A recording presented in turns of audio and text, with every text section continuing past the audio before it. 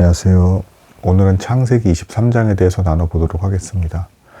창세기 23장은 상대적으로 본문의 내용은 굉장히 단순합니다. 하지만 그 안에 담고 있는 내용은 슬프기도 하면서도 또한 이제 앞으로 있을 천국에 대한 소망을 두라는 어떤 그런 메시지를 담고 있습니다. 시작은 이렇습니다. 이제 그 아브라함의 아내 사라가 이제 마침내는 이제 나이가 다 있기 때문에 죽음을 맞이하게 됩니다. 이로 인해서 아브라함이 굉장히 애통해하고 슬퍼했다라고 이제 묘사가 되어 있습니다. 이제 아무리 언약을 받은 이제 아브라함과 사라라고 하더라도 이제 창세기 3장에서 아담과 하와의 타락 이후에는 이제 죽음을 피해갈 수가 없는 것이죠. 그래서 이 죽음으로 인해서 어쩔 수 없이 이별을 경험하게 되는 이제 그런 슬픔의 상태를 묘사하고 있습니다. 또한 이후에 아브라함이 가나안 땅에서 얻은 것이라고는 사실 이제 묘자리밖에 없다. 막벨라 굴이라고 하는 묘자리. 나중에 이제 추후에 헤브론 근처가 이제 되겠는데요. 물론 이후에 아브라함의 자손이 결국에는 이 가나안 땅을 차지하기는 하지만 믿음으로써 이제 그것을 바라봤던 아브라함은 정작 이 인생을 살아가는 동안에는 무덤 하나를 이제 얻게 되었다. 죽음을 맞이하는, 죽음을 대비하는 어떤 그런 인생을 살았다라고도 볼 수 있다라고 하는 가르침을 주는 것이죠. 이 아브라함이 이제 실제로 자신의 어떤 묘자리를, 그러니까 아내의 묘자리를 구하면서 자신의 묘자리도 결국 이제 구한 것이죠. 자신도 거기에 묻힐 거니까. 구하는 그 모습은 이후의 성도들에게 있어서 하늘의 소망을 두고 하늘의 안식처가 있을 것이다. 이 땅에서는 아브라함조차도 묘자리밖에 얻은 것이 없지만 우리도 죽고 나서는 사실 가지고 있는 모든 걸 가지고 하늘나라로 가는 게 아니잖아요. 다 내려놓고 갈 것인데 우리에게 있어서 가르쳐주는 메시지는 아브라함이 묘자리를 준비하고 얻는 것과 같은 과정과 같이 우리도 우리 영혼의 안식처가 있을 것인데 그곳의 안식을 누릴 것에 대해 준비하는 자로서의 삶을 살아가라. 하늘의 소망을 두고 살아가라. 뭐지 이런 메시지가 되겠습니다.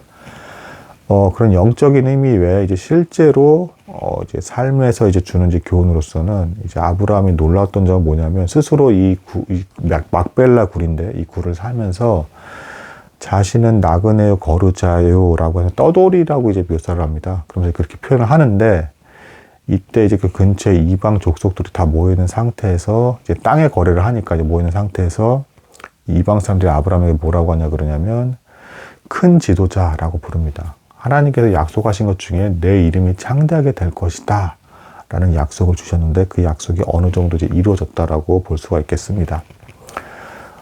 그래서 아브라함은 이것에 대해서 조금의 또 흠도 없이 역시 그냥 거저 주겠다고 하는 것을 반드시 값을 지불을 해서 이제 그 아브라함이 이제 우리 이방 사람들을 통해서 치부했다라는 말을 듣지 않도록 조심을 하게 됩니다. 오직 하나님의 이름과 함께 동행하신 것에 대한 것을 근거로 해서 내가 복을 받은 사람이다라고 하는 어떤 거룩이 구별된 모습을 지켜가고 있는 것을 볼 수가 있습니다. 더 놀라운 것은 제가 이미 앞서서도 말씀을 드렸지만 뭐 소돔과 고모라의 사건이라든가 그 이후에 이방 족속들과 아브라함의 가문의 이제 어떤 거룩하게 구별된 어떤 삶의 패턴이 있음에도 불구하고 당시에 그 이방 민족들은 굉장히 무섭고 이제 날카로운 어떤 강포한 어떤 그런 모습을 갖고 있는 풍습들이 있었음에도 불구하고 아브라함과는 화목하고 그리고 아브라함을 존경하는 어떤 그런 관계를 가지고 있었다.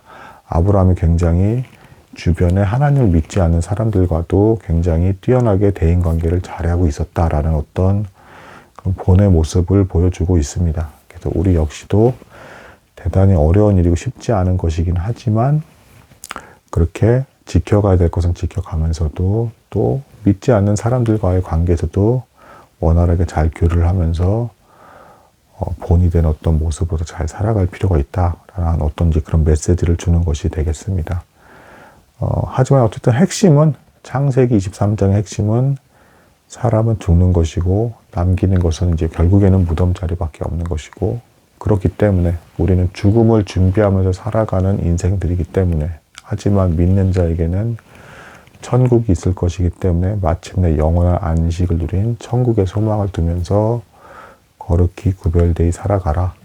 그리고 가급적 할 수 있다면 아브라함과 같이 또 천국의 소망을 두지 않는 사람들과도 화목하고 화평하게 지낼 수 있는 그런 삶이 좋다, 바람직하다라는 어떤 그런 가르침을 준 것이라고 볼 수가 있겠습니다. 오늘은 여기까지 나누도록 하겠습니다. 감사합니다.